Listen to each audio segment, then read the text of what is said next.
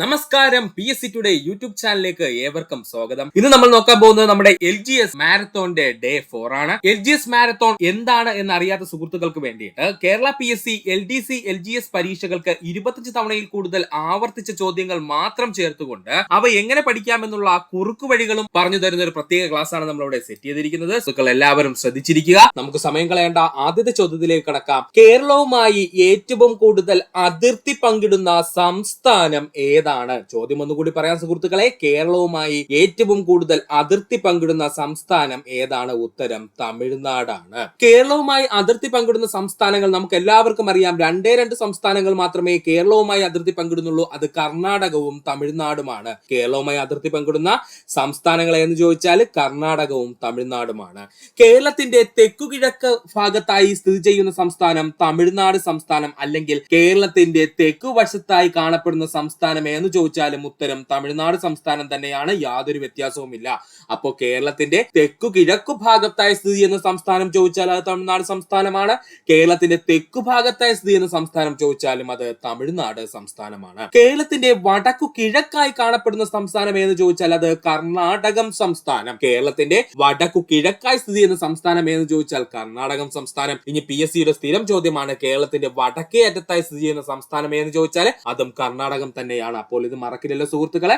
കേരളത്തിന്റെ തെക്കു കിഴക്ക് ഭാഗത്തായി കാണപ്പെടുന്നത് പറഞ്ഞു കഴിഞ്ഞാലും കേരളത്തിന്റെ തെക്കേ അറ്റത്തായി കാണപ്പെടുന്ന സംസ്ഥാനം എന്ന് ചോദിച്ചാലും ഒന്ന് തന്നെയാണ്, തമിഴ്നാട്. കേരളത്തിന്റെ വടക്കു കിഴക്കായി കാണപ്പെടുന്ന സംസ്ഥാനം എന്ന് ചോദിച്ചാലും കേരളത്തിന്റെ വടക്കേ അറ്റത്ത് സ്ഥിതി ചെയ്യുന്ന സംസ്ഥാനം എന്ന് ചോദിച്ചാലും അത് കർണാടകമാണ്. തമിഴ്നാട്, കർണാടകം എന്നീ സംസ്ഥാനങ്ങളുമായി അതിർത്തി പങ്കിടുന്ന കേരളത്തിലെ ഏക ജില്ലയാണ് വയനാട് ജില്ല. 100-ൽ കൂടുതൽ തവണ PSC റിപ്പീറ്റ് ആയി ചോദിച്ച ചോദ്യം. തമിഴ്നാട്, കർണാടക എന്നീ സംസ്ഥാനങ്ങളുമായി അതിർത്തി പങ്കിടുന്ന കേരളത്തിലെ ഏക ജില്ല ഏത് എന്ന് ചോദിച്ചു കഴിഞ്ഞാൽ അത് വയനാട് ജില്ലയാണ്.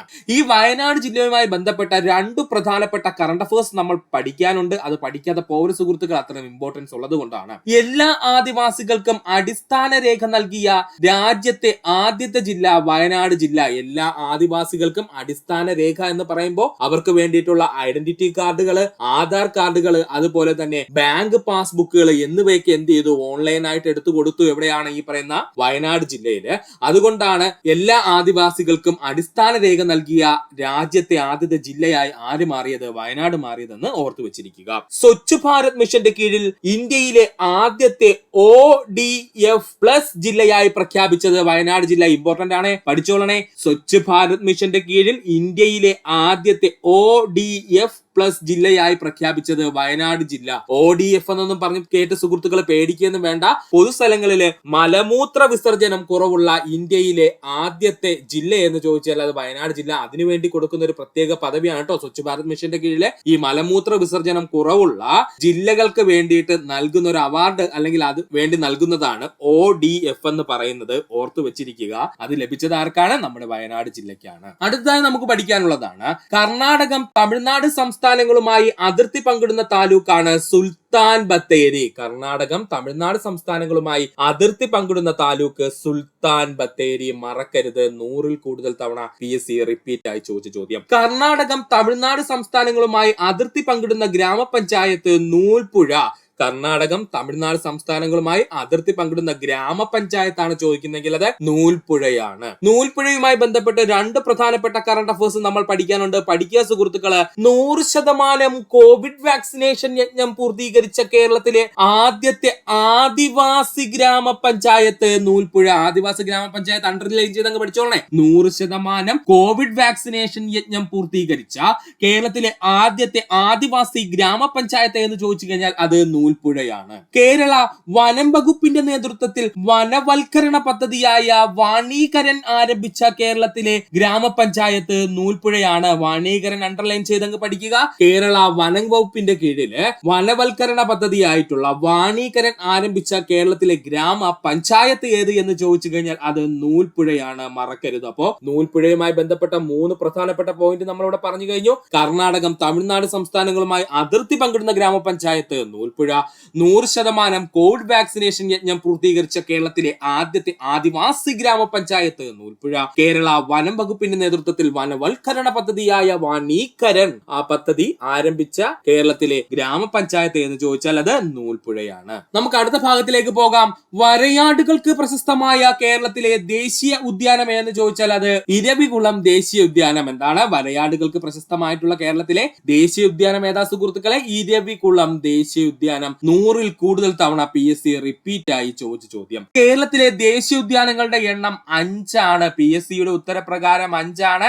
എന്നാൽ UPSCയുടെ ഉത്തരപ്രകാരം 6ആണ്. മറക്കരുത് കേട്ടോ. PSCയുടെ ഉത്തരപ്രകാരം 5ഉം UPSCയുടെ ഉത്തരപ്രകാരം എത്രയാണ്? 6ആണ്. അതിനുള്ള കാരണം എന്തെന്ന് ചോദിച്ചു കഴിഞ്ഞാൽ നമ്മുടെ പെരിയാർ വന്യജീവി സങ്കേതത്തിനെ ഇതുവരെയും കേരള സർക്കാർ ദേശീയ ഉദ്യാനമായിട്ട് പ്രഖ്യാപിച്ചിട്ടില്ല എന്ന് സുഹൃത്തുക്കൾ ഓർത്തു വെച്ചിരിക്കുക. അതുകൊണ്ട് ചില ടെക്സ്റ്റ് ബുക്കുകളിൽ കേരളത്തിലെ ദേശീയ ഉദ്യാനങ്ങളുടെ എണ്ണം 6 കാണുന്നതിന് കാരണം എന്തെന്ന് ചോദിച്ചാൽ ഇതാണ്. മറക്കരുത്. ഇരവികുളം ദേശീയോദ്യാനം രൂപീകരിച്ച വർഷം 1978. ഇവനങ്ങ് കാണാതെ പഠിച്ചു വെച്ചോളണം കേട്ടോ. ഇരവികുളം ദേശീയോദ്യാനം രൂപീകരിച്ച വർഷം 1978. 100-ൽ കൂടുതൽ തവണ ചോദിച്ച ചോദ്യമാണ്. സൈലന്റ് വാലി ദേശീയോദ്യാനം രൂപീകരിച്ച വർഷം 1984. 150 തവണയിൽ കൂടുതൽ റിപ്പീറ്റ് ചെയ്ത ചോദ്യം. അതാണ് ഇവിടെ ഇമ്പോർട്ടന്റ് ആയിട്ട് പഠിക്കേണ്ടത്. സൈലന്റ് വാലി ദേശീയോദ്യാനം രൂപീകൃതമായ വർഷം ചോദിച്ചു കഴിഞ്ഞാൽ 1984. 1984-ൽ രൂപീകരിച്ച സൈലന്റ് വാലി ദേശീയോദ്യാനം 1985-ലായിരുന്നു ഉദ്ഘാടനം ചെയ്തത്. സൈലന്റ് വാലിയെ ദേശീയ ഉദ്യാനമായിട്ട് പ്രഖ്യാപിച്ച പ്രധാനമന്ത്രി ആര് എന്ന് ചോദിച്ചു കഴിഞ്ഞാൽ അത് ഇന്ദിരാഗാന്ധിയും.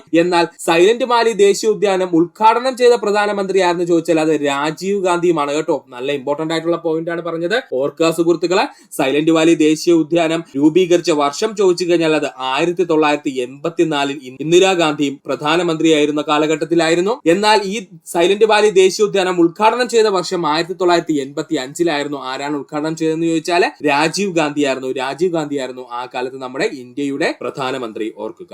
മതികെട്ടാൻ ചോല ദേശീയ ഉദ്യാനം, ആനമുടിച്ചോല ദേശീയ ഉദ്യാനം, പാമ്പാടും ചോല ദേശീയ ഉദ്യാനം 2003. ഇതും 100-ൽ കൂടുതൽ തവണ റിപ്പീറ്റ് ആയി ചോദിച്ച ചോദ്യമാണ്. മതികെട്ടാൻ ചോല ദേശീയ ഉദ്യാനം, ആനമുടിച്ചോല ദേശീയ ഉദ്യാനം, പാമ്പാടും ചോല ദേശീയ ഉദ്യാനം ഇവയെല്ലാം നിലവിൽ വന്ന വർഷം ഒരേ വർഷം തന്നെയാണ്. എത്രയാണ്? 2003. ഇനി പഠിക്കാൻ സുഹൃത്തുക്കൾ ഡൗട്ട് ഉണ്ടെങ്കിൽ 3 എണ്ണം അല്ലേ, 3 ദേശീയ ഉദ്യാനങ്ങൾ ഒന്നിച്ചു വന്നിട്ടുണ്ട്. അതുകൊണ്ട് 2003 എന്നങ്ങ് പഠിച്ചു വെക്കുക. 3 ദേശീയ ഉദ്യാനങ്ങൾ ഒന്നിച്ചു വന്നുകൊണ്ട് 2003-ലാണ് എന്ത് ചെയ്തത്? നിലവിൽ വന്നതെന്ന് പഠിച്ചു വെച്ചിരിക്കുക. ഇനി കേരളത്തിലെ ദേശീയ ഉദ്യാനങ്ങൾ പഠിക്കാൻ ബുദ്ധിമുട്ടുള്ള സുഹൃത്തുക്കൾക്ക് വേണ്ടിയിട്ടാണ് നമ്മൾ കോഡ് രൂപത്തിൽ പറഞ്ഞിരിക്കുന്നത്. ശ്രദ്ധിച്ചിരിക്കുക സുഹൃത്തുക്കള്. ഇരയെ കണ്ടു സൈലന്റ് ആയി മതിൽ പോലെ നിന്ന ആന പാമ്പ് പോലെ ആയി എന്നങ്ങ് പഠിച്ചു വെക്കുക. എന്താ നമ്മുടെ ദേശീയ ഉദ്യാനങ്ങളുടെ കോഡ്? ഇരയെ കണ്ടു സൈലന്റ് ആയി മതിൽ പോലെ നിന്ന ആന പാമ്പ് പോലെ ആയി എന്നങ്ങ് പഠിച്ചു വെക്കുക. പാടുണ്ടോ സുഹൃത്തുക്കളെ? ഒന്നുമില്ല, സിമ്പിൾ ആണ്. നമുക്ക് അവന്റെ എക്സ്പ്ലനേഷൻ ഒന്ന് നോക്കാം. ഇരയെ എന്ന് പറഞ്ഞു കഴിഞ്ഞാൽ ഇരവികുളം ദേശീയ ഉദ്യാനം. ഇരയെ എന്ന് പറഞ്ഞു കഴിഞ്ഞാൽ എന്താണ്? ഇരവികുളം ദേശീയ ഉദ്യാനം. സൈലന്റ് ആയി എന്ന് പറഞ്ഞു കഴിഞ്ഞാൽ സൈലന്റ് വാലി ദേശീയ ഉദ്യാനം. സൈലന്റ് ആയി എന്ന് പറഞ്ഞു കഴിഞ്ഞാൽ സൈലന്റ് വാലി ദേശീയ ഉദ്യാനം. മതിൽ എന്ന് പറഞ്ഞു കഴിഞ്ഞാൽ മതികെട്ടാൻ ചോല ദേശീയ ഉദ്യാനം. മതിലെന്ന് പറഞ്ഞു കഴിഞ്ഞാൽ മതികെട്ടാൻ ചോല ദേശീയ ഉദ്യാനം. ആന എന്ന് പറഞ്ഞു കഴിഞ്ഞാൽ ആനമുടിച്ചോല. ആന എന്ന് പറഞ്ഞു കഴിഞ്ഞാൽ ആനമുടിച്ചോല. പാമ്പ് എന്ന് പറഞ്ഞു കഴിഞ്ഞാൽ പാമ്പാടും ചോല ദേശീയ ഉദ്യാനം. ഡൗട്ട് ഒന്നുമില്ലല്ലോ. ഒന്നുകൂടി കോഡ് പറയുവാണ്. ഇരയെ കണ്ടു സൈലന്റ് ആയി മതിൽ പോലെ നിന്ന ആന പാമ്പ് പോലെയായി. ഇതിൽ ഇര എന്ന് പറഞ്ഞു കഴിഞ്ഞാൽ ഇരവികുളം ദേശീയ ഉദ്യാനം, സൈലന്റ് എന്ന് പറഞ്ഞു കഴിഞ്ഞാൽ സൈലന്റ് വാലി ദേശീയ ഉദ്യാനം, മതിൽ എന്ന് പറഞ്ഞു കഴിഞ്ഞാൽ മതിൽ കെട്ടാൻ ചോല ദേശീയ ഉദ്യാനം, ആന എന്ന് പറഞ്ഞു കഴിഞ്ഞാൽ ആനമുടിച്ചോല ദേശീയ ഉദ്യാനം, പാമ്പ് എന്ന് പറഞ്ഞു കഴിഞ്ഞാൽ പാമ്പാടും ചോല ദേശീയ ഉദ്യാനം. മറക്കരുത്. ഇത്രയും പോയിന്റ്സ് സുഹൃത്തുക്കളെ നന്നായിട്ട് പഠിക്കുക. ഇനി ഇവിടെ നിന്ന് PSC ചോദിച്ചുള്ള ചോദ്യം കൂടി ഒന്ന് പറഞ്ഞു തരാം സുഹൃത്തുക്കൾക്ക് വേണ്ടി. ഈ മതികെട്ടാൻ ചോലയും ആനമുടിച്ചോലയും പാമ്പാടും ചോലയും സ്ഥിതി ചെയ്യുന്ന റിസർവ് വനം ഏത് എന്ന് ചോദിച്ചു കഴിഞ്ഞാൽ ഉടുമ്പും ചോലയാണ് കേട്ടോ. അതും PSC ചോദിച്ചിട്ടുണ്ട്, മറക്കരുത്. ഉടുമ്പും ചോല ഏതാണ്? മതികെട്ടാൻ ചോല, ആനമുടിച്ചോല, പാമ്പാടും ചോല എന്നീ ദേശീയ ഉദ്യാനങ്ങൾ സ്ഥിതി ചെയ്യുന്ന റിസർവ് വനം ഏതെന്ന് ചോദിച്ചാൽ അത് ഉടുമ്പും ചോലയാണ്. കേരളത്തിലെ ആദ്യത്തെ ദേശീയ ഉദ്യാനം ചോദിച്ചു കഴിഞ്ഞാൽ അത് ഇരവികുളം ദേശീയ ഉദ്യാനം. കേരളത്തിലെ ആദ്യത്തെ ദേശീയ ഉദ്യാനം ചോദിച്ചു കഴിഞ്ഞാൽ അത് ഇരവികുളം ദേശീയ ഉദ്യാനമാണ്. മറക്കരുത്. അതുപോലെ കേരളത്തിലെ ഏറ്റവും ചെറിയ ദേശീയ ഉദ്യാനം ചോദിച്ചു കഴിഞ്ഞാൽ അത് പാമ്പാടും ചോലയാണ്. മറക്കരുത്. ആരാണ്? പാമ്പാടും ചോലയാണ് കേരളത്തിലെ ഏറ്റവും ചെറിയ ദേശീയ ഉദ്യാനം. കേരളത്തിലെ ഏറ്റവും ചെറിയ ദേശീയ ഉദ്യാനം ചോദിച്ചു കഴിഞ്ഞാൽ അത് പാമ്പാടും ചോലയാണ്. ഇത്ര ഇത്രയും പോയിന്റ് ഈ ഭാഗത്ത് നിന്ന് പഠിച്ചു വെച്ചിരിക്കുക. ആനമുടിച്ചോല ദേശീയോദ്യാനത്തിൽ സ്ഥിതി ചെയ്യുന്ന പ്രശസ്തമായ വെള്ളച്ചാട്ടം തൂവാനം വെള്ളച്ചാട്ടം മറക്കരുത്. ആനമുടിച്ചോല ദേശീയോദ്യാനത്തിൽ സ്ഥിതി ചെയ്യുന്ന പ്രശസ്തമായ വെള്ളച്ചാട്ടം ചോദിച്ചു കഴിഞ്ഞാൽ തൂവാനം വെള്ളച്ചാട്ടം. 50-ൽ കൂടുതൽ തവണ PSC റിപ്പീറ്റ് ആയി ചോദിച്ച ചോദ്യം. വംശനാശ ഭീഷണി നേരിടുന്ന സിംഹവാലൻ കുരങ്ങുകൾ കാണപ്പെടുന്ന ദേശീയോദ്യാനം സൈലന്റ് വാലി ദേശീയോദ്യാനം. 100-ൽ കൂടുതൽ തവണ റിപ്പീറ്റ് ചെയ്ത ചോദ്യം.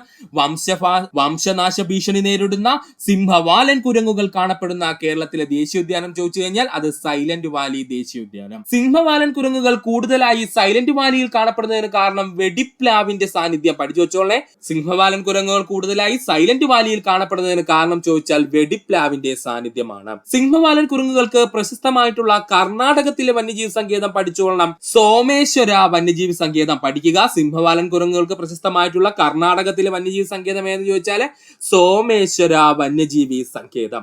ഇന്ത്യയിൽ സിംഹവാലൻ കുരങ്ങുകൾ കാണപ്പെടുന്ന സംസ്ഥാനങ്ങൾ മറക്കരുത്. കർണാടക, കേരളം, തമിഴ്നാട്. അപ്പോൾ ഇന്ത്യയിലെ സിംഹവാലൻ കുരങ്ങുകൾ കാണപ്പെടുന്ന സംസ്ഥാനങ്ങൾ ചോദിച്ചാൽ കർണാടക, കേരളം, തമിഴ്നാട്, അല്ലെങ്കിൽ കേരളം, തമിഴ്നാട്, കർണാടകയിലാണ് ഇന്ത്യയിലെ ഏറ്റവും കൂടുതൽ സിംഹവാലൻ കുരങ്ങുകൾ കാണപ്പെടുന്നത്. ഇതിൽ തന്നെ കേരളത്തിലാണ് ഭൂരിഭാഗം സിംഹവാലൻ കുരങ്ങുകളും കാണപ്പെടുന്നത് കേട്ടോ. ഭൂരിഭാഗം സിംഹവാലൻ കുരങ്ങുകളും കാണപ്പെടുന്ന സംസ്ഥാനം ഏതെന്ന് വെച്ചാൽ നമ്മുടെ കേരള സംസ്ഥാനത്തിലെ സൈലന്റ് വാലി ദേശീയോദ്യാനത്തിലാണെന്ന് പഠിച്ചു വെച്ചിരിക്കുക. ഒന്നുകൂടി പറയുവാണ്.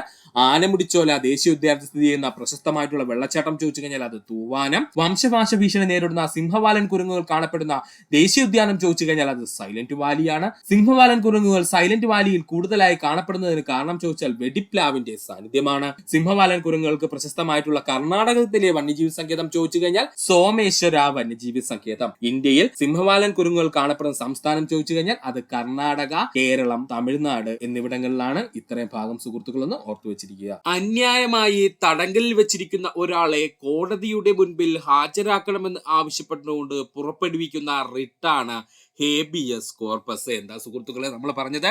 അന്യമായി തടങ്കലിൽ വെച്ചിരിക്കുന്ന ഒരാളെ കോടതിയുടെ മുൻപിൽ ഹാജരാക്കണമെന്ന് ആവശ്യപ്പെട്ടുകൊണ്ട് പുറപ്പെടുവിക്കുന്ന റിട്ട് അറിയപ്പെടുന്ന പേരാണ് ഹേബിയസ് കോർപ്പസ്.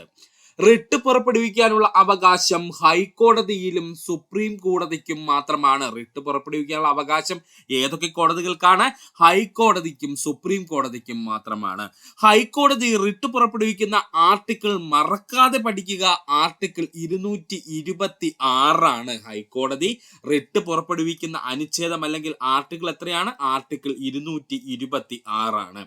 സുപ്രീം കോടതി റിട്ട് പുറപ്പെടുവിക്കുന്ന ആർട്ടിക്കിൾ 32 അല്ലെങ്കിൽ ആർട്ടിക്കിൾ 32 അല്ലെങ്കിൽ അനുച്ഛേദം 32 തന്നെയാണ് നമ്മൾ റിട്ട് ആർട്ടിക്കിൾ എന്നും വിളിക്കപ്പെടുന്നത്. മൗലിക അവകാശങ്ങൾക്ക് വേണ്ടി മാത്രം റിട്ട് പുറപ്പെടുവിക്കുന്ന കോടതി സുപ്രീം കോടതി. മറക്കരുത്. മൗലിക അവകാശങ്ങൾ നേടിയെടുക്കുന്നതിന് വേണ്ടി മാത്രം റിട്ട് പുറപ്പെടുവിക്കുന്ന കോടതി എന്ന് ചോദിച്ചാൽ സുപ്രീം കോടതി. മൗലിക അവകാശങ്ങൾക്കൊപ്പം നിയമ അവകാശങ്ങളും സ്ഥാപിച്ചു കിട്ടുന്നതിന് വേണ്ടി റിട്ട് പുറപ്പെടുവിക്കുന്ന കോടതി ഹൈക്കോടതി. മൗലിക അവകാശങ്ങൾക്കൊപ്പം നിയമ അവകാശങ്ങളും സ്ഥാപിച്ചു കിട്ടുന്നതിന് വേണ്ടി റിട്ട് പുറപ്പെടുവിക്കുന്ന കോടതി എന്ന് ചോദിച്ചാൽ അത് നമ്മുടെ ഹൈക്കോടതിയാണ്. മറക്കരുത്. ഒന്നുകൂടി പറയുവാണേ. അന്യമായി തടങ്കലിൽ വെച്ചിരുന്ന ഒരാളെ കോടതിയുടെ മുൻപിൽ ഹാജരാക്കണമെന്ന് ആവശ്യപ്പെട്ടുകൊണ്ട് പുറപ്പെടുവിക്കുന്ന റിട്ടാണ് ഹേബിയസ് കോർപ്പസ്. റിട്ട് പുറപ്പെടുവിക്കാനുള്ള അവകാശം ഹൈക്കോടതിക്കും സുപ്രീം കോടതിക്കും മാത്രമേ ഉള്ളൂ.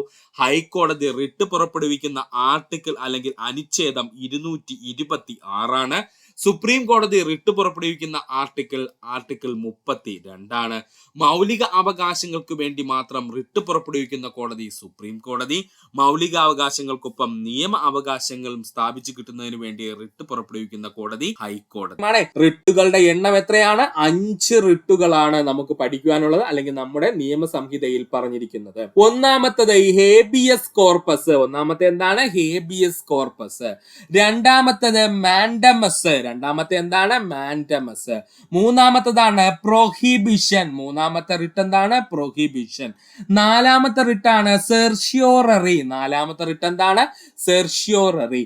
അഞ്ചാമത്തെ റിട്ടാണ് കോവാറന്റോ അല്ലെങ്കിൽ ക്യോവാറന്റോ എന്ന് പറയാം. എന്താണ് അഞ്ചാമത്തെ റിട്ട്? ഇത്രയുമാണ് പ്രധാനപ്പെട്ട റിട്ടുകൾ എന്ന് പറയുന്നത്. ഇനി ഈ റിട്ടുകൾ എത്ര പഠിച്ചാലും മനസ്സിൽ നിൽക്കുന്നില്ല എന്നുള്ള സുഹൃത്തുക്കൾക്ക് വേണ്ടി വിഷമിക്കേണ്ട കാര്യമില്ല. നമ്മുടെ കയ്യിൽ സ്മാർട്ട് കോഡ് ഉണ്ട്. നമുക്ക് ഈസി ആയിട്ട് പഠിക്കാം. കോഡ് എന്താന്ന് നോക്കാം. റിട്ടയർഡ് ആയ HM PC ക്യൂവിലായി എന്നങ്ങ് പഠിക്കുക.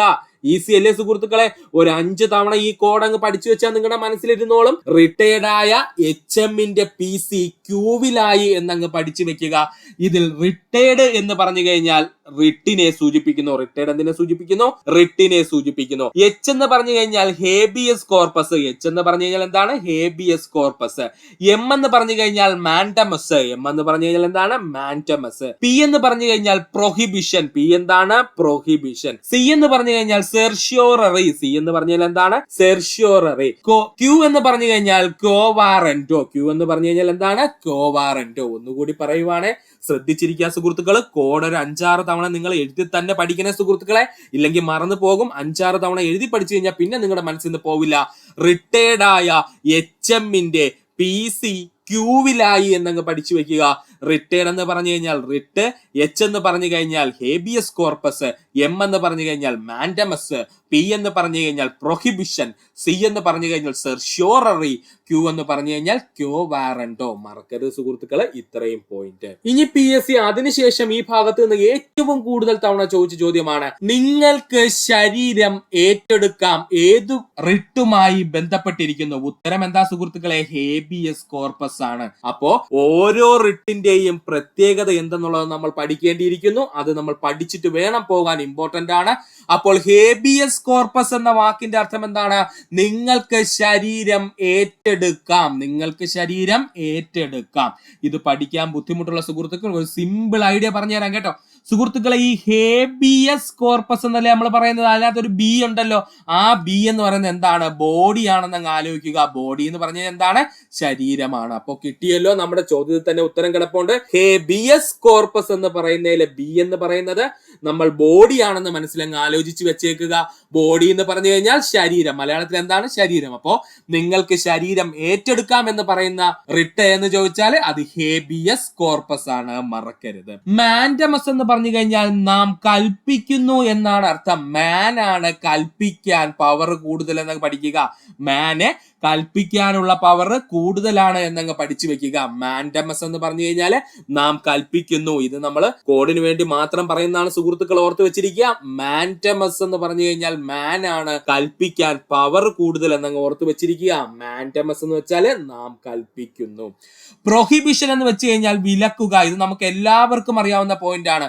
സ്മോക്കിംഗ് സ്ട്രിക്ട്ലി പ്രൊഹിബിറ്റഡ് എന്ന് എഴുതിയിട്ടുണ്ട്. അല്ലെങ്കിൽ ചില സ്ഥലങ്ങളിൽ ചെല്ലുമ്പോഴത്തേക്കും ഫോട്ടോഗ്രാഫി സ്ട്രിക്ട്ലി പ്രൊഹിബിറ്റഡ് എഴുതിയിട്ടുണ്ട്. അപ്പൊ എന്താ അവിടെ ഉദ്ദേശിച്ചിരിക്കുന്നത്? പ്രൊഹിബിഷൻ എന്ന് പറഞ്ഞു കഴിഞ്ഞാൽ എന്തെങ്കിലും ഒരു കാര്യത്തിനെ വിലക്കുക എന്നാണ് അർത്ഥം. പ്രൊഹിബിഷൻ എന്ന വാക്കിന്റെ അർത്ഥം എന്താണ്? എന്തെങ്കിലും ഒരു കാര്യത്തെ വിലക്കുക എന്നാണ്. സെർഷ്യോററി എന്ന് പറഞ്ഞു കഴിഞ്ഞാൽ സാക്ഷ്യപ്പെടുത്തുക അല്ലെങ്കിൽ വിവരം നൽകുക. സെർഷ്യോററി എന്ന് പറഞ്ഞു കഴിഞ്ഞാൽ സാക്ഷ്യപ്പെടുത്തുക അല്ലെങ്കിൽ വിവരം നൽകുക എന്നാണ്. സെർഷ്യോററി എന്ന വാക്കിന്റെ അർത്ഥം എന്താണ്? സാക്ഷ്യപ്പെടുത്തുക അല്ലെങ്കിൽ വിവരം നൽകുക എന്നുള്ളതാണ്. ക്യോവാറന്റോ എന്ന് പറഞ്ഞു കഴിഞ്ഞാൽ എന്ത് അധികാരത്തിൽ എന്നാണ്. ക്യോവാറന്റോ എന്ന് പറഞ്ഞു കഴിഞ്ഞാൽ എന്താണ്?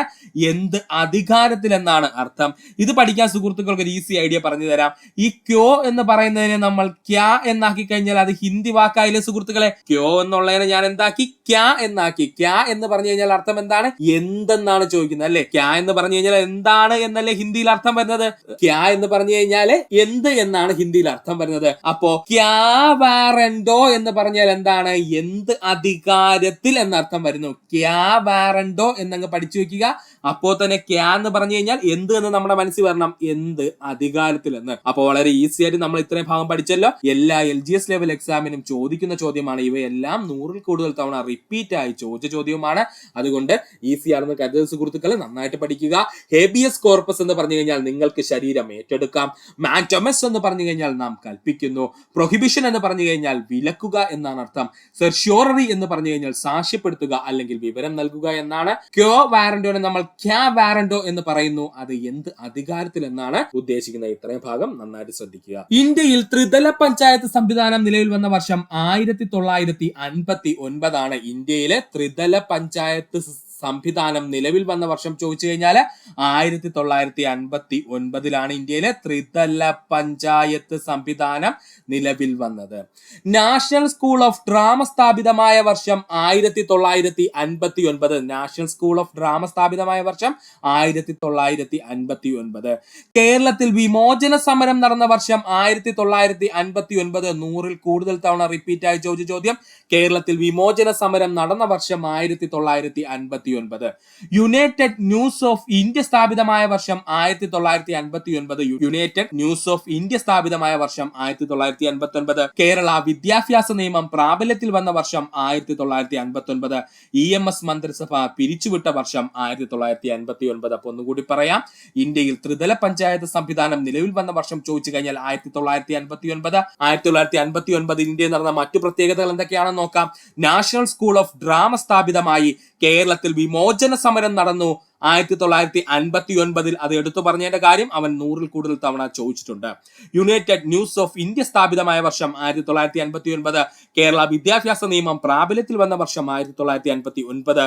EMS മന്ത്രിസഭ കേന്ദ്ര സർക്കാർ പിരിച്ചുവിട്ട വർഷം ചോദിച്ചു കഴിഞ്ഞാൽ 1959. അടുത്തതായി നമുക്ക് നോക്കാനുള്ളതാണ് കൊഴിഞ്ഞ ഇലകൾ ആരുടെ ആത്മകഥയാണ്? ജോസഫ് മുണ്ടശ്ശേരിയുടെ ആത്മകഥയാണ് കൊഴിഞ്ഞ ഇലകൾ. കൊഴിഞ്ഞ ഇലകൾ ആരുടെ ആത്മകഥയാ സുഹൃത്തുക്കളെ? ജോസഫ് മുണ്ടശ്ശേരിയുടെ ആത്മകഥയാണ് കൊഴിഞ്ഞ ഇലകൾ. കണ്ണീരും കിനാവും VT ഭട്ടതിരിപ്പാട്. 100-ൽ കൂടുതൽ തവണ PSC റിപ്പീറ്റ് ആയി ചോദിച്ച ചോദ്യം. കണ്ണീരും കിനാവും ആരുടെ ആത്മകഥ എന്ന് ചോദിച്ചാൽ VT ഭട്ടതിരിപ്പാടിന്റെതാണ് കണ്ണീരും കിനാവും. ചിരിക്കു പിന്നിൽ ഇന്നസെന്റിന്റെ ആത്മകഥയാണ്. ചിരിക്കു പിന്നിൽ അദ്ദേഹത്തിന്റെ മരണാർത്ഥം എന്തായിരുന്നാലും PSC ഈ ഒരു ഭാഗത്ത് നിന്ന് ചോദിക്കാൻ സാധ്യതയുണ്ട്.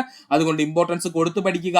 ചിരിക്കു പിന്നിൽ എന്നുള്ളത് ആരുടെ ആത്മകഥ എന്ന് ചോദിച്ചാൽ ഇന്നസെന്റിന്റെ ആത്മകഥയാണ്. അരങ്ങു കാണാത്ത നടൻ തിക്കൊടിയൻ. അരങ്ങു കാണാത്ത നടൻ ആരാണ്? തിക്കൊടിയന്റെ ആത്മകഥയാണ്. അതും ഏകദേശം 100-ൽ കൂടുതൽ തവണ PSC റിപ്പീറ്റ് ആയി ചോദിച്ച ചോദ്യമാണ്.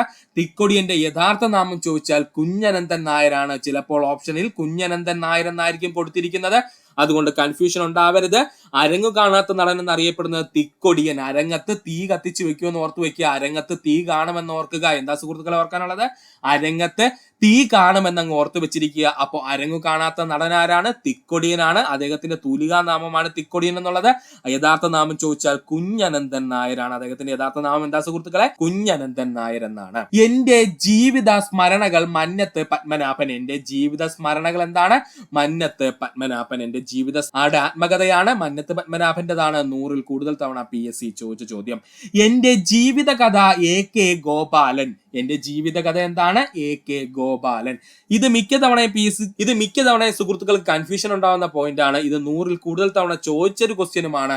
അതുകൊണ്ട് ഇത് എങ്ങനെ ഈസി ആയിട്ട് പഠിക്കാമെന്ന് നമുക്കൊന്ന് നോക്കാം. എന്റെ ജീവിത കഥ എന്ന് നമ്മൾ ഇംഗ്ലീഷിലേക്ക് മാറ്റി എഴുതുമ്പോൾ അതിൽ ആദ്യത്തെ അക്ഷരം A അല്ലേ സുഹൃത്തുക്കൾ? എന്റെയുടെ A അല്ലേ വരുന്നത്? അതുപോലെ ജീവിതത്തിന് ഞാനിവിടെ G എന്ന് കൊടുക്കുന്നു. അതുപോലെ കഥയ്ക്ക് ഞാനിവിടെ K എന്ന് കൊടുക്കുന്നു. സത്യത്തിൽ ജീവിതത്തിന് J ആണ് വരാനുള്ളത്. പക്ഷെ നമുക്ക് പഠിക്കുന്നതിന് വേണ്ടിയിട്ട് ഞാൻ G എന്ന് കൊടുക്കുന്നു. ഓക്കെ, അപ്പോ AGK എന്ന് നമുക്ക് കിട്ടി. ഇനി AK ഗോപാലന്റെ ഷോർട്ട് ഫോമിൽ നമ്മൾ എന്താ അദ്ദേഹത്തെ വിളിക്കുന്നത്? AKG എന്നല്ലേ സുഹൃത്തുക്കളെ വിളിക്കുന്നത്. അപ്പോ ഇവിടത്തെ Gയും Kയും അങ്ങോട്ടും ഇങ്ങോട്ടും തിരിഞ്ഞല്ലേ കിടക്കുന്നുള്ളൂ. അപ്പൊ എന്റെ ജീവിത കഥ എഴുതിയത് ആരാണ്? AKG ആണ്. ഡൗട്ട് ഉണ്ടെങ്കിൽ നമ്മുടെ ക്വസ്റ്റ്യൻ പേപ്പറിന്റെ മുകളിൽ AGK എന്ന് എഴുതി വെക്കുക. എന്നിട്ട് അതിനെ റീഅറേഞ്ച് ചെയ്യുമ്പോൾ നമുക്ക് എന്ത് കിട്ടും? AKG എന്നുള്ള പേര് കിട്ടും. അപ്പൊ അദ്ദേഹത്തിന്റെ പേര് തന്നെ അദ്ദേഹത്തിന്റെ ആത്മകഥയിൽ നമുക്ക് കണ്ടെത്താൻ കഴിയും. ഇങ്ങനെ ഒരു ചെറിയൊരു ഐഡിയ ഉപയോഗിച്ചാൽ മതി. അപ്പൊ ഇതൊന്നും കാണാതെ പഠിച്ച് സമയം കളയരുത് സുഹൃത്തുക്കൾ. ഇങ്ങനെയുള്ള ചെറിയ ചെറിയ ഐഡിയാസ് ഉപയോഗിച്ച് എങ്ങനെ പഠിക്കാമെന്ന് ഓർത്ത് വെച്ചിരിക്കുക. അപ്പൊ എന്റെ ജീവിത കഥ എന്ന് പറഞ്ഞു കഴിഞ്ഞാൽ അതിന് ഇംഗ്ലീഷിലേക്ക് മാറ്റുമ്പോൾ നമുക്ക് എന്റെ എന്നുള്ളതിന് A കിട്ടും. ജീവിതം എന്നുള്ളതിന് J ആണ് വരേണ്ടത്. പക്ഷെ നമ്മുടെ പഠനാർത്ഥം നമ്മൾ അതിനെ G എന്നാക്കി. കഥയ്ക്ക് എന്താണ്? Kയിലാണ് ആരംഭിക്കുന്നത്. കഥ എന്ന് പറയുമ്പോൾ Kയിലാണ് ആരംഭിക്കുന്നത്. ഇനി AKGയുടെ AK ഗോപാലനെ നമ്മൾ ചുരുക്കി എന്തെന്ന് വിളിക്കുന്നു? അദ്ദേഹത്തിന് AKG എന്ന് വിളിക്കാറുണ്ട്. അപ്പോ AGK ഒന്ന് അറേഞ്ച് ചെയ്ത് കഴിഞ്ഞാൽ നമുക്ക് എന്ത് ലഭിക്കും? AKG ലഭിക്കും. ഈസി ആയിട്ട് നമുക്ക് ഒരു മാർക്ക് അവിടെ സ്കോർ ചെയ്യാം. അടുത്തതായി നമുക്ക് പഠിക്കാനുള്ളതാണ് ഏറ്റവും കൂടുതൽ PSC ഉദ്യോഗാർത്ഥികൾ തെറ്റിക്കുന്ന പോയിന്റ് ആണ്. 4 പ്രധാനപ്പെട്ട ആത്മകഥകളും അത് എഴുതിയ വ്യക്തികളുടെ പേരുകളും. ഇത് എപ്പോഴൊക്കെ ചോദിക്കുന്നോ അപ്പോഴൊക്കെ 50% വരുന്ന PSC ഉദ്യോഗാർത്ഥികൾ തെറ്റിക്കാറുണ്ട് ഈ ഒരു പോയിന്റ്. പക്ഷെ ഇനി നമുക്കിത് തെറ്റിച്ച് 1 മാർക്ക് കളയാൻ പറ്റില്ല. കാരണം ഇനി നമുക്ക് ലഭിക്കുന്ന ഓരോ മാർക്കും അത്രയും വിലയുള്ളതാണ്. അതുകൊണ്ട് സുഹൃത്തുക്കൾ വ്യക്തമായിട്ട് ശ്രദ്ധിച്ചിരിക്കുക. ഓർമ്മയുടെ തീരങ്ങളിൽ തകഴി ശിവശങ്കരപ്പിള്ള. ഓർമ്മയുടെ തീരങ്ങൾ ആരുടെ ആത്മകഥയാ സുഹൃത്തുക്കളെ? തകഴി ശിവശങ്കരപ്പിള്ളയുടെ. ഓർമ്മയുടെ ഓളങ്ങളിൽ ജി ശങ്കരക്കുറുപ്പിന്റെ ആത്മകഥയാണ് ഓർമ്മയുടെ ഓളങ്ങളിൽ. ഓർമ്മയുടെ അറകൾ എന്ന് പറയുന്നത് വൈക്കം മുഹമ്മദ് ബഷീറിന്റെ ആത്മകഥയാണ് ഓർമ്മകളുടെ അറകൾ എന്ന് പറയുന്നത്. ഒളിവിലെ ഓർമ്മകൾ എന്ന് പറയുന്നത് തോപ്പിൽ ഫാസിയുടെ ആത്മകഥയാണ് ഒളിവിലെ ഓർമ്മകൾ. ഈ 4 PSC എന്നൊക്കെ ചോദിച്ചിട്ടുണ്ടോ? ആ ഓപ്ഷനകത്ത് ഇവരാരെങ്കിലും 2 പേര് കൃത്യമായിട്ട് കാണും. PSCക്ക് അറിയാം ഉദ്യോഗാർത്ഥികൾ തെറ്റിക്കുമെന്ന്. അതുകൊണ്ട് തന്നെ ഓപ്ഷൻ സെറ്റ് ചെയ്യുമ്പോൾ ഇവരിൽ ഏതെങ്കിലും 4 പേരെ എടുത്ത് എന്ത് ചെയ്യും? ഓപ്ഷനകത്ത് ഇട്ടിരിക്കും. അതുകൊണ്ട് ഇനി നമുക്ക് അവിടെ നിന്ന് ഒരു മാർക്ക് കളയാൻ പറ്റില്ല. അതിനു വേണ്ടി ഒരു ഈസി കോഡ് സുഹൃത്തുക്കൾക്ക് പറഞ്ഞു തരാം. നന്നായിട്ട് പഠിക്കുക. കോഡിന് വേണ്ടി മാത്രം പറയുന്നതാണ്. വ്യക്തമായിട്ട് പഠിക്കുക സുഹൃത്തുക്കളെ. തീരം തഴുകിയ ഓളമുള്ള ശങ്കരനും അറയിലിരുന്ന മുഹമ്മദും ഒളിച്ചിരുന്ന ഭാസിയെ കണ്ടു. എന്താ സുഹൃത്തുക്കളെ കോഡ്? തീരം തഴുകിയ ഓളമുള്ള ശങ്കരനും അറയിലിരുന്ന മുഹമ്മദും ഒളിച്ചിരുന്ന ഭാസിയെ കണ്ടു എന്ന് എന്ത് ചെയ്യുക? പഠിച്ചു വെക്കുക. ഇവിടെ നമുക്ക് ഏറ്റവും കൂടുതൽ ഇങ്ങനെ ഒരു ചോദ്യം ചോദിച്ചാൽ കൺഫ്യൂഷൻ ഉണ്ടാക്കുന്ന ഈ ഓർമ്മയുടെ തീരങ്ങൾ, ഓർമ്മയുടെ ഓളങ്ങൾ, ഓർമ്മയുടെ അറകൾ, ഓർമ്മ ഓർമ്മ ഓർമ്മ എന്ന് നമ്മൾ അങ്ങ് പഠിച്ചു വെക്കും. പിന്നെ എക്സാം ഹാളിൽ ചെല്ലുമ്പോൾ നമുക്ക് തീരമാണോ ഓളമാണോ അറയാണോ എന്താണ് പഠിച്ചതെന്ന് ഓർമ്മ കാണില്ല. അതുകൊണ്ട് നമുക്ക് എന്ത് ചെയ്യാം? ഈ ഓർമ്മയെ നമുക്ക് കുറച്ച് നേരത്തേക്ക് അങ്ങ് മറക്കാം. നമുക്ക് ഓർമ്മ വേണ്ട. കുറച്ചു നേരത്തേക്ക് ഓർമ്മയെ നമ്മൾ എന്ത് ചെയ്തിരിക്കുന്നു? കളയുന്നു. നമുക്ക് വേണ്ടത് തീരങ്ങൾ, ഓളങ്ങൾ, അറകൾ, ഒളിവ് മതി. ഓക്കെ, എന്തൊക്കെയാ നമുക്ക് വേണ്ടത്? തീരങ്ങള്, ഓളങ്ങള്, അറകള്, ഒളിവ്. ഇത്ര മാത്രം മതി നമുക്ക്. അത് വെച്ചിട്ടാണ് ഈ കോഡ് സെറ്റ് ചെയ്തിരിക്കുന്നത്.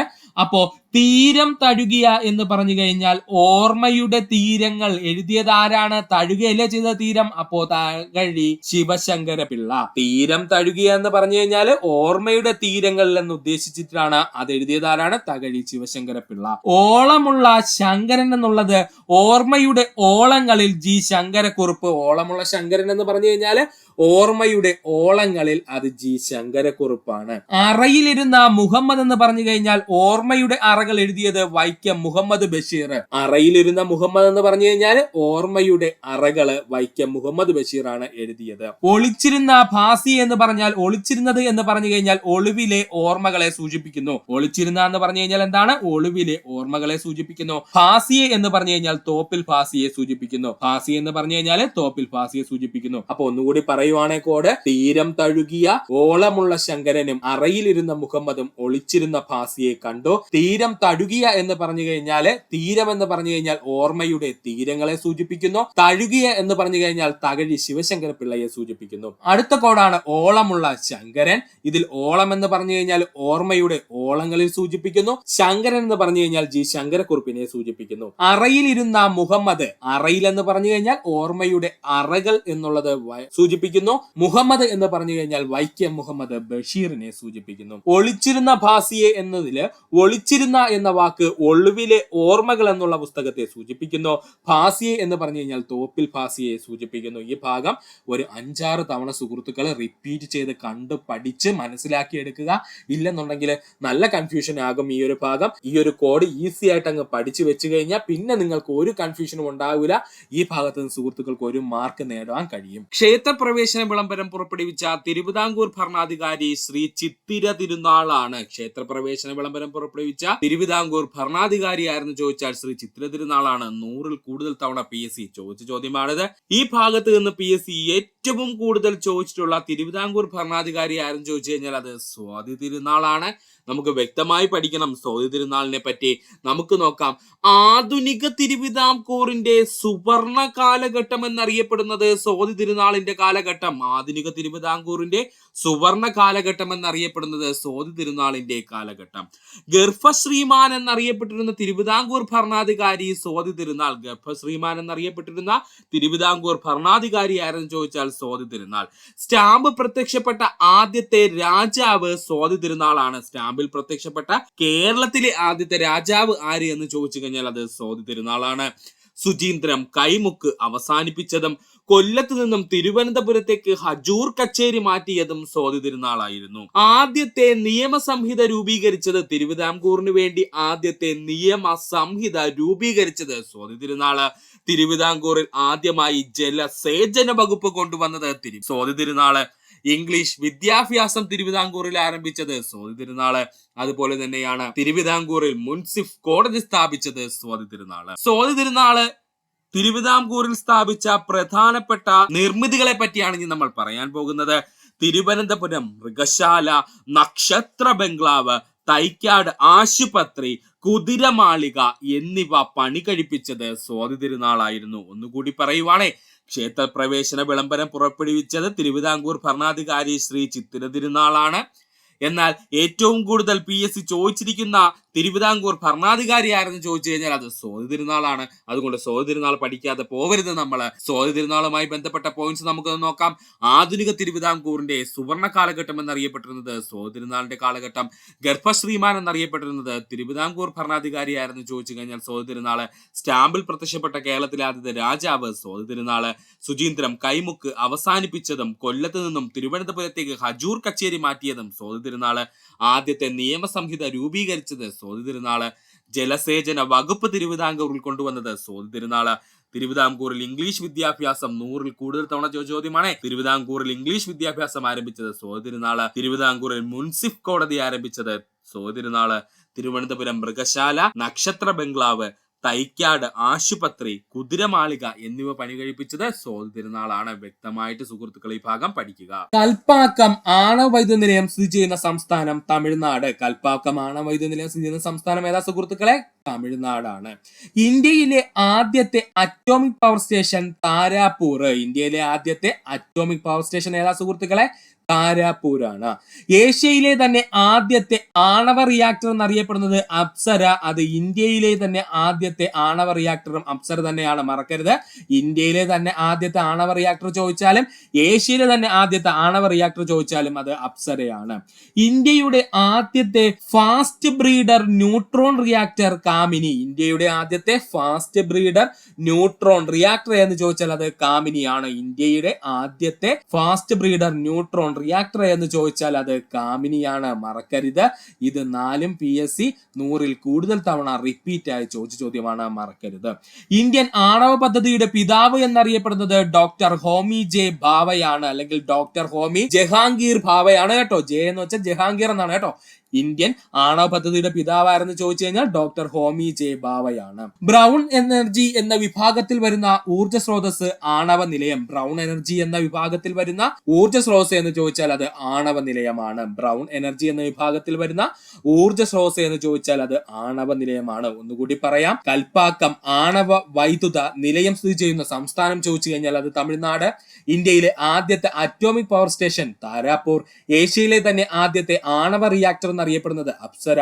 ഇന്ത്യയുടെ ആദ്യത്തെ ഫാസ്റ്റ് ബ്രീഡർ ന്യൂട്രോൺ റിയാക്ടർ എന്ന് ചോദിച്ചാൽ അത് കാമിനി. ഇന്ത്യൻ ആണവ പദ്ധതിയുടെ പിതാവ് എന്നറിയപ്പെടുന്നത് ഡോക്ടർ ഹോമി ജെ ഭാവയാണ്. ബ്രൗൺ എനർജി എന്ന വിഭാഗത്തിൽ വരുന്ന ഊർജ്ജ സ്രോതസ്സാണ് ആണവ നിലയങ്ങൾ. ഇത്രയും ഭാഗം സുഹൃത്തുക്കൾ ഓർക്കുക.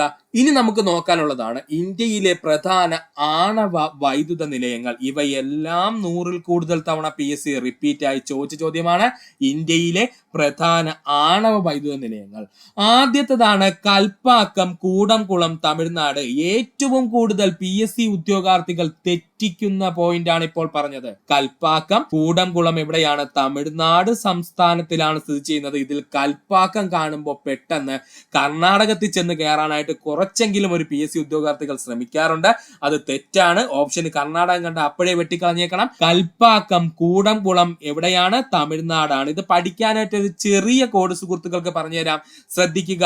ആണവ കല്ല് കൊണ്ട് കൂടം നിർമ്മിച്ചത് ആര് എന്ന് ചോദിച്ചു കഴിഞ്ഞാൽ അത് തമിഴ്നാടാണ്, മറക്കരുത്.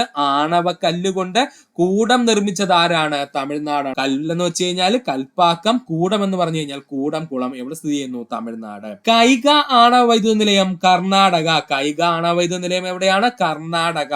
കർണന്റെ കൈ എന്നങ്ങ് പഠിച്ചു വെക്കുക. ആരാണ്? കർണന്റെ കൈ എന്നങ്ങ് പഠിച്ചു വെക്കുക, അല്ലെങ്കിൽ കർണന്റെ ആണവ കൈ എന്നങ്ങ് പഠിച്ചു വെക്കുക. താരാപൂർ ജയ്താപൂർ മഹാരാഷ്ട്ര. താരാപൂർ ജയ്താപൂർ എവിടെയാണ്? മഹാരാഷ്ട്രയാണ്. ഇവിടെ പഠിക്കാനായിട്ട് മഹാനായ താര ജയിച്ചു എന്നങ്ങ് പഠിച്ചു വെക്കുക. എന്താണ്? മഹാനായ താര ജയിച്ചു എന്നങ്ങ് പഠിച്ചു വെക്കുക. അപ്പൊ മഹാ എന്ന് പറഞ്ഞു കഴിഞ്ഞാൽ മഹാരാഷ്ട്ര, താര എന്ന് പറഞ്ഞു കഴിഞ്ഞാൽ താരാപൂർ, ജയിച്ചു എന്ന് പറഞ്ഞു കഴിഞ്ഞാൽ എന്താണ്? ജയ്താപൂർ. അപ്പൊ മഹാനായ താര ജയിച്ചു എന്നങ്ങ് പഠിച്ചു വെക്കുക. അടുത്തതാണ് കാക്രാപാറ, ഗുജറാത്ത്. കാക്രാപാറ, ഗുജറാത്ത്. അവസാനിച്ച വാക്ക് ഏതാണ്? റായിലാണ്. അതുകൊണ്ട് തന്നെ ഗുജറാത്ത് മറക്കരുത്. ഏതാണ്? ഗുജറാത്ത്. കാക്രാപാറ, ഗുജറാത്ത്. അല്ലെങ്കിൽ തന്നെ ആണവപ്പാറയുള്ള സംസ്ഥാനം എന്ന് ചോദിച്ചാൽ ഗുജറാത്ത് എന്നങ്ങ് പഠിച്ചു വെച്ചിരുന്നാൽ മതി കേട്ടോ. ഷോർട്ട് കട്ടാണ് പറഞ്ഞത്. ആണവപ്പാറയുള്ള സംസ്ഥാനം എന്ന് ചോദിച്ചാൽ അത് ഗുജറാത്ത് ആണ്. നറോറ, ഉത്തർപ്രദേശ്. നറോറ ഏതാണ്? ഉത്തർപ്രദേശ്. നറോറ ഏതാണ്? ഉത്തർപ്രദേശ്. നറോറ ആണവ വൈദ്യുത നിലയം സ്ഥിതി ചെയ്യുന്ന സംസ്ഥാനം ഏതാണ്? ഉത്തർപ്രദേശ്. അടുത്തതാണ് റാവത്ത് ഫട്ട്, കോട്ട, രാജസ്ഥാന്. റാവത്ത് ഫട്ട്, കോട്ട, രാജസ്ഥാന്. റാവത്ത് ഫട്ട് അതുപോലെ തന്നെ കോട്ട ആണവ വൈദ്യുത നിലയം സ്ഥിതി ചെയ്യുന്ന സംസ്ഥാനം ഏതാ സുഹൃത്തുക്കളെ? അത് രാജസ്ഥാനാണ്. ഇത് പഠിക്കാൻ ഒരു കോഡ് പറഞ്ഞേട്ടാ സുഹൃത്തുക്കളെ.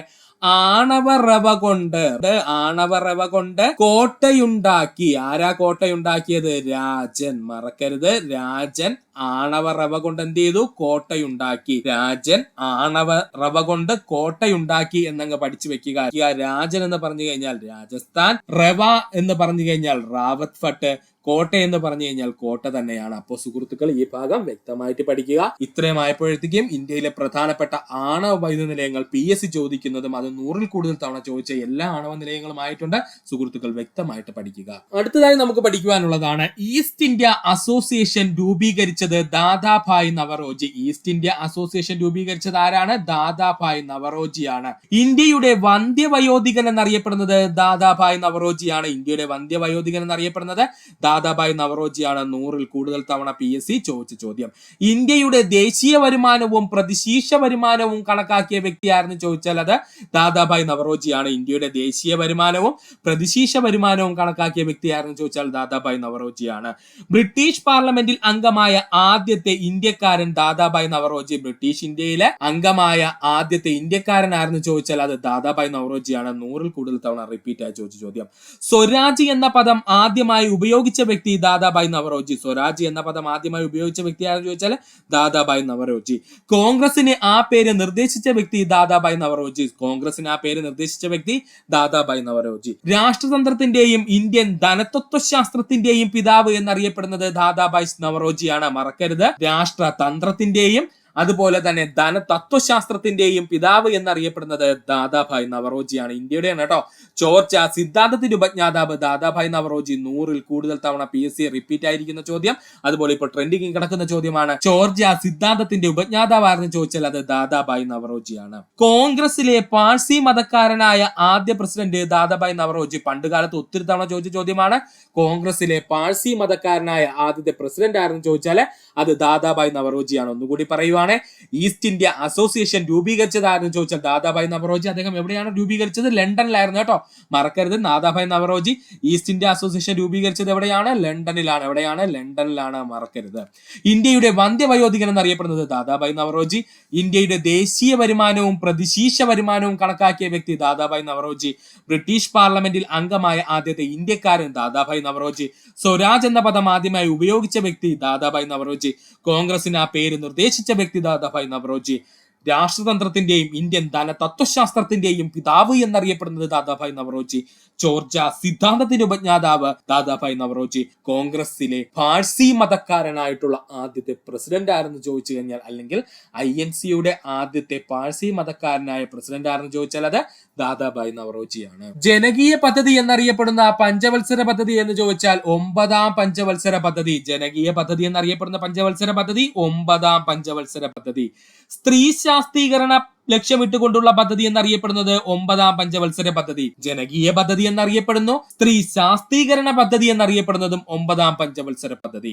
സ്വാതന്ത്ര്യത്തിന്റെ 50ാം വാർഷികത്തിൽ ആരംഭിച്ച പഞ്ചവത്സര പദ്ധതി എന്ന് പറയുന്നത് 9ാം പഞ്ചവത്സര പദ്ധതി. ഇത് മൂന്നും PSC പ്രീവിയസ് ആയി 50 തവണയിൽ കൂടുതൽ ചോദിച്ച ചോദ്യമാണ്. പഠിക്കുക. ജനകീയ പദ്ധതി എന്നറിയപ്പെടുന്നത് 9ാം പഞ്ചവത്സര പദ്ധതി. സ്ത്രീ ശാക്തീകരണ പദ്ധതി എന്നറിയപ്പെടുന്നത് 9ാം പഞ്ചവത്സര പദ്ധതി. സ്വാതന്ത്ര്യത്തിന്റെ 50ാം വാർഷികത്തിൽ ആരംഭിച്ച പഞ്ചവത്സര പഞ്ചവത്സര പദ്ധതി എന്നറിയപ്പെടുന്നത് 9ാം പഞ്ചവത്സര പദ്ധതി. കാർഷിക പദ്ധതി എന്നറിയപ്പെടുന്നത് 1ാം പഞ്ചവത്സര പദ്ധതി. കാർഷിക പദ്ധതി എന്നറിയപ്പെടുന്നത് 1ാം പഞ്ചവത്സര പദ്ധതി. 1ാം പഞ്ചവത്സര പദ്ധതി കാലത്ത് 2 പ്രധാനപ്പെട്ട അണക്കെട്ടുകൾ ഇന്ത്യയിൽ നിർമ്മിച്ചു. അതാണ് ഹിരാക്കുട്ടും ഭക്രാനങ്കലും. ഇത് രണ്ടും 100-ൽ കൂടുതൽ തവണ PSC പ്രീവിയസ് ആയി ചോദിച്ചിട്ടുണ്ട്. കാർഷിക പദ്ധതി എന്നറിയപ്പെടുന്നത് 1ാം പഞ്ചവത്സര പദ്ധതി. ഹിരാക്കുട്ട്, ഫക്രാനങ്കൽ എന്നീ അണക്കെട്ടുകൾ നിർമ്മിച്ചത് ഏത് കാലഘട്ടത്തിലെന്ന് ചോദിച്ചാൽ 1ാം പഞ്ചവത്സര പദ്ധതി കാലഘട്ടത്തില്. കുടുംബാസൂത്രണത്തിന്റെ പ്രാധാന്യം നൽകിയ പഞ്ചവത്സര പദ്ധതി 1ാം പഞ്ചവത്സര പദ്ധതി. കുടുംബാസൂത്രണത്തിന് പ്രാധാന്യം നൽകിയ പഞ്ചവത്സര പദ്ധതി എന്ന് ചോദിച്ചാൽ 1ാം പഞ്ചവത്സര പദ്ധതി. വ്യാവസായിക പദ്ധതി എന്നറിയപ്പെടുന്നത് 2ാം പഞ്ചവത്സര പദ്ധതി. വ്യാവസായിക പദ്ധതി എന്നറിയപ്പെടുന്നത് 2ാം പഞ്ചവത്സര പദ്ധതി. ഭിലായ്, ദുർഗാപൂർ, റൂർക്കേല ഇരുമ്പുരുക്കുശാലകൾ രൂപീകരിച്ചത് 2ാം പഞ്ചവത്സര പദ്ധതി കാലത്താണ്. ഇവന്മാർ രണ്ടിനെയും 100-ൽ കൂടുതൽ തവണ PSC റിപ്പീറ്റ് ആയി ചോദിച്ചിട്ടുണ്ട്. വ്യാവസായിക പദ്ധതി എന്നറിയപ്പെടുന്നത് 2ാം പഞ്ചവത്സര പദ്ധതി. ഭിലായ്, ദുർഗാപൂർ, റൂർക്കേല ഇരുമ്പുരുക്കുശാലകൾ രൂപീകരിച്ചത് 2ാം പഞ്ചവത്സര പദ്ധതി കാലത്താണ്. ഏതൊക്കെയാണത് ഒന്നുകൂടി പറയുവാണ്. ഇരുമ്പുരുക്കുശാലകള് ഭിലായ്, ദുർഗാപൂർ, റൂർക്കേല മറക്കരുത്. വിദ്യാഭ്യാസ പദ്ധതി എന്നറിയപ്പെടുന്നത് 11ാം പഞ്ചവത്സര പദ്ധതി. വിദ്യാഭ്യാസ പദ്ധതി എന്നറിയപ്പെടുന്നത് ഏതാണ്? 11ാം പഞ്ചവത്സര പദ്ധതി. സമ്പദ്ഘടനയുടെ സ്വയം പര്യാപ്തത 3ാം പഞ്ചവത്സര പദ്ധതി. സമ്പദ്ഘടനയുടെ സ്വയം പര്യാപ്തത 3ാം പഞ്ചവത്സര പദ്ധതി. പക്ഷേ ആ പഞ്ചവത്സര പദ്ധതി ഫ്ലോപ്പ് ആയിരുന്നു. അതുകൊണ്ട് തന്നെ ഏറ്റവും കുറച്ച് സാമ്പത്തിക വളർച്ച നേടിയ പദ്ധതി എന്നറിയപ്പെടുന്നത് 3ാം പഞ്ചവത്സര പദ്ധതിയാണ്. മറക്കരുത്. സമ്പദ്ഘടനയുടെ സ്വയം പര്യാപ്തതയായിരുന്നു 3ാം പഞ്ചവത്സര പദ്ധതിയുടെ ലക്ഷ്യമെന്ന് പറയുന്നത്. എന്നാൽ ലക്ഷ്യത്തിലേക്ക് എത്താനായിട്ട് 3ാം പഞ്ചവത്സര പദ്ധതിക്ക് കഴിഞ്ഞില്ല. അതുകൊണ്ട് തന്നെ ഏറ്റവും കുറച്ച് സാമ്പത്തിക വളർച്ചാ നിരക്ക് രേഖപ്പെടുത്തിയ പദ്ധതി എന്ന് ചോദിച്ചാൽ 3ാം പഞ്ചവത്സര പദ്ധതിയാണ്.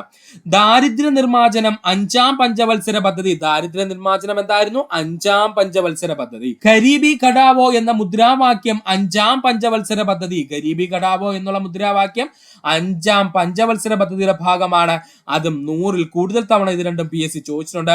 ഗരീബി ഘടാവോ എന്ന് പറഞ്ഞിരുന്ന ഇന്ത്യയുടെ പ്രധാനമന്ത്രി ആരാണ് സുഹൃത്തുക്കളെ? നമ്മുടെ ഇന്ദിരാഗാന്ധി ആയിരുന്നു. മറക്കരുത്, നമ്മുടെ ഇന്ദിരാഗാന്ധി ആയിരുന്നു. ഗരീബി ഘടാവോ എന്ന മുദ്രാവാക്യം മുഴക്കിയ ഇന്ത്യയുടെ പ്രധാനമന്ത്രി ആരായിരുന്നു? ഇന്ദിരാഗാന്ധി ആയിരുന്നു. മറക്കരുത് സുഹൃത്തുക്കള്. മനുഷ്യ വികസനം 8ാം പഞ്ചവത്സര പദ്ധതി. മനുഷ്യ വികസനം എന്താണ്? 8ാം പഞ്ചവത്സര പദ്ധതിയുടെ ഭാഗമായിരുന്നു മനുഷ്യ വികസനം. ലോക വ്യാപാര സംഘടനയിൽ ഇന്ത്യ അംഗമായത് 8ാം പഞ്ചവത്സര പദ്ധതിയിൽ. ഇത് രണ്ടും 100-ൽ കൂടുതൽ തവണ PSC റിപ്പീറ്റ് ആയി ചോദിച്ച ചോദ്യം. മനുഷ്യ വികസനം ഏത് പഞ്ചവത്സര പദ്ധതിയുടെ ഭാഗം എന്ന് ചോദിച്ചാൽ 8ാം പഞ്ചവത്സര പദ്ധതിയുടെ ഭാഗം. ലോക വ്യാപാര സംഘടനയിൽ ഇന്ത്യ അംഗമായത് 8ാം പഞ്ചവത്സര പദ്ധതിയിൽ. കേരള വികസന പദ്ധതി എന്നും കേരള മോഡൽ പദ്ധതി എന്നും അറിയപ്പെട്ടത് 10ാം പഞ്ചവത്സര പദ്ധതി. കേരള വികസന പദ്ധതി എന്നും കേരള മോഡൽ പദ്ധതി എന്നും അറിയപ്പെടുന്നത് 10ാം പഞ്ചവത്സര പദ്ധതി. 100-ൽ കൂടുതൽ തവണ PSC റിപ്പീറ്റ് ആയി ചോദിച്ച ചോദ്യം. അടുത്തതായി നമുക്ക് പഠിക്കാനുള്ളത് പ്രധാനപ്പെട്ട കുറച്ച് വർഷങ്ങളാണ് സുഹൃത്തുക്കൾ. ഇമ്പോർട്ടൻസ് കൊടുത്തു പഠിക്കുക. ഈ ഭാഗം വളരെ ഇമ്പോർട്ടന്റ് ആണ്. കേരള PSC 100-ൽ കൂടുതൽ തവണ റിപ്പീറ്റ് ആയി ചോദിച്ചുള്ള വർഷങ്ങൾ മാത്രമേ നമ്മൾ ഇവിടെ പറയുന്നുള്ളൂ. ശ്രദ്ധിക്കുക. ഹിന്ദു മാരേജ് ആക്ട് നിലവിൽ വന്നത് 1955. ഹിന്ദു മാരേജ് ആക്ട് നിലവിൽ വന്നത് 1955. സംസ്ഥാന പുനഃസംഘടനാ നിയമം 1956. സംസ്ഥാന പുനഃസംഘടനാ നിയമം 1956. സ്ത്രീധന നിരോധന നിയമം 1961. സ്ത്രീധന നിരോധന നിയമം എത്രയാ വർഷം സുഹൃത്തുക്കളെ? 1961. ഇത് ഇമ്പോർട്ടൻസ് കൊടുത്ത് പഠിക്കുക സുഹൃത്തുക്കള്. മോസ്റ്റ് ഇമ്പോർട്ടന്റ് പോയിന്റ് ആണ് പറഞ്ഞത്. സ്ത്രീധന നിരോധന നിയമം വന്നത് 1961. വന്യജീവി സംരക്ഷണ നിയമം 1972. വന്യജീവി സംരക്ഷണ നിയമം 1972. പരിസ്ഥിതി സംരക്ഷണ നിയമം 1986. തമ്മിൽ കൺഫ്യൂഷൻ ഉണ്ടാക്കുന്ന പോയിന്റ് ആണ് പറഞ്ഞത്. വന്യജീവി സംരക്ഷണ നിയമമാണെങ്കിൽ 1972. പരിസ്ഥിതി സംരക്ഷണ നിയമമാണെങ്കിൽ അത് 1986. പട്ടികജാതി പട്ടികവർഗ സംരക്ഷണ നിയമം 1989. പട്ടികജാതി പട്ടികവർഗ സംരക്ഷണ നിയമം 1989. ഇമ്പോർട്ടന്റ് പോയിന്റ് ആണ്. ഇപ്പോഴും ട്രെൻഡിംഗിൽ ഇരിക്കുന്ന ചോദ്യമാണ്. ഇന്ത്യ IT ആക്ട് വന്നത് 2000. ഇന്ത്യൻ IT ആക്ട് വന്നത് 2000. 150-ൽ കൂടുതൽ ക്വസ്റ്റ്യൻ പേപ്പറിൽ ഒരുപോലെ ചോദിച്ച ചോദ്യമാണ്. ഇന്ത്യൻ IT ആക്ട് നിലവിൽ വന്ന വർഷം 2000 ആണ്. ഗാർഹിക പീഡന നിരോധന നിയമം 2005. ഇമ്പോർട്ടൻസ് കൊടുത്ത് പഠിക്കുക.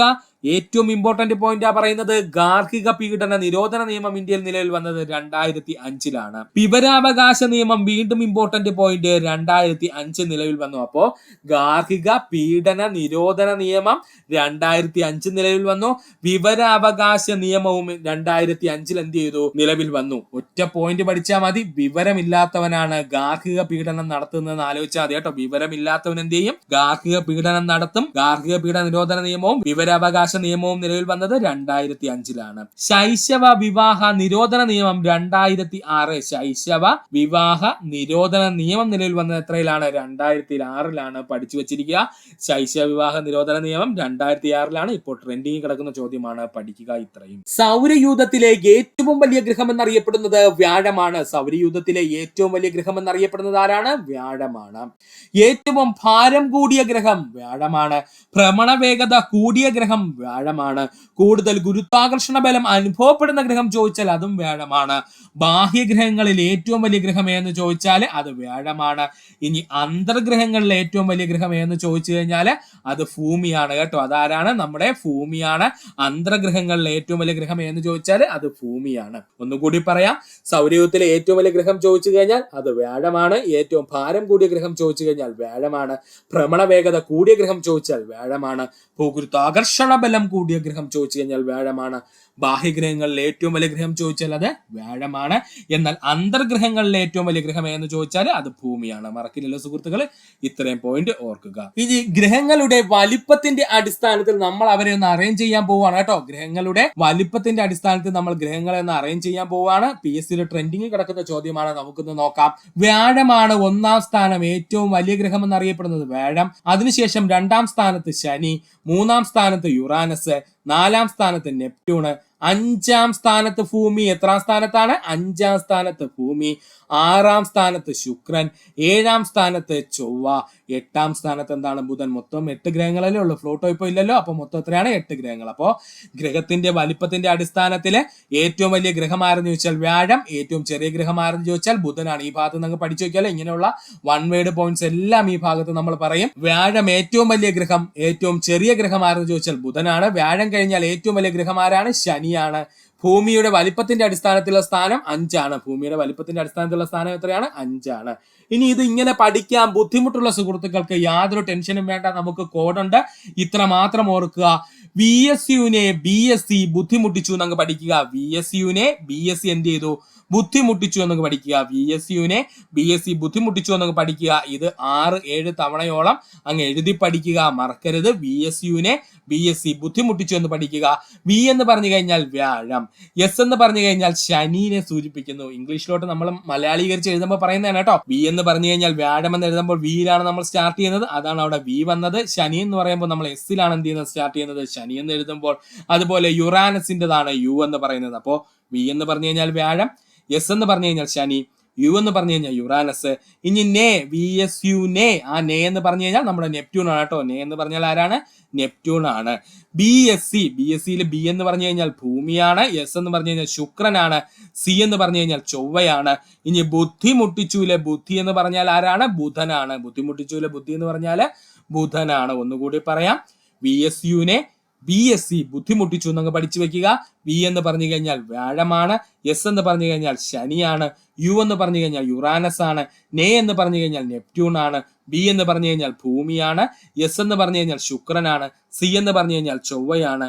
ബുദ്ധിമുട്ടിച്ചു എന്ന് പറഞ്ഞു കഴിഞ്ഞാൽ ആരാണ്? ബുധനാണ്. ഇത്രയും പോയിന്റ്സ് സുഹൃത്തുക്കളെ പഠിച്ചു വെച്ചിരിക്കുക. ഇത്രയുമായിരുന്നു നമ്മുടെ LGS മാരത്തോൺ ഡേ 4-ൽ നമ്മൾ പഠിച്ചത്. ഇവയെല്ലാം PSC റിപ്പീറ്റായി ചോദിച്ചുകൊണ്ടിരിക്കുന്ന ചോദ്യങ്ങളാണ്. അതുകൊണ്ട് അതിന് എത്ര ഇമ്പോർട്ടൻസ് കൊടുക്കുക. ഇത്രയും നേരം ഈ വീഡിയോ കണ്ട സുഹൃത്തുക്കൾക്ക് എല്ലാവർക്കും നന്ദി, നമസ്കാരം. ഈ വീഡിയോ നിങ്ങൾക്ക് ഇഷ്ടമായി എങ്കിൽ നിങ്ങളുടെ സുഹൃത്തുക്കൾ കൂടി ഒന്ന് ഷെയർ ചെയ്ത് കൊടുക്കുക. അതിനോടൊപ്പം തന്നെ ഞങ്ങളുടെ ചാനൽ സബ്സ്ക്രൈബ് ചെയ്ത് സഹായിക്കുക. സബ്സ്ക്രൈബ് ബട്ടണോട് ചേർന്നുള്ള ബെൽ ബട്ടൺ അമർത്തിക്കഴിഞ്ഞാൽ ഞങ്ങൾ അപ്ലോഡ് ചെയ്യുന്ന വീഡിയോകൾ അപ്പോൾ തന്നെ നിങ്ങൾക്ക് നോട്ടിഫിക്കേഷൻ ആയി എത്തുന്നതാണ്. അപ്പോൾ സുഹൃത്തുക്കൾ എല്ലാവരും നന്നായിട്ട് പഠിക്കുക. എല്ലാവർക്കും 2024 സർക്കാർ ജോലി ലഭിക്കട്ടെ. നന്ദി, നമസ്കാരം.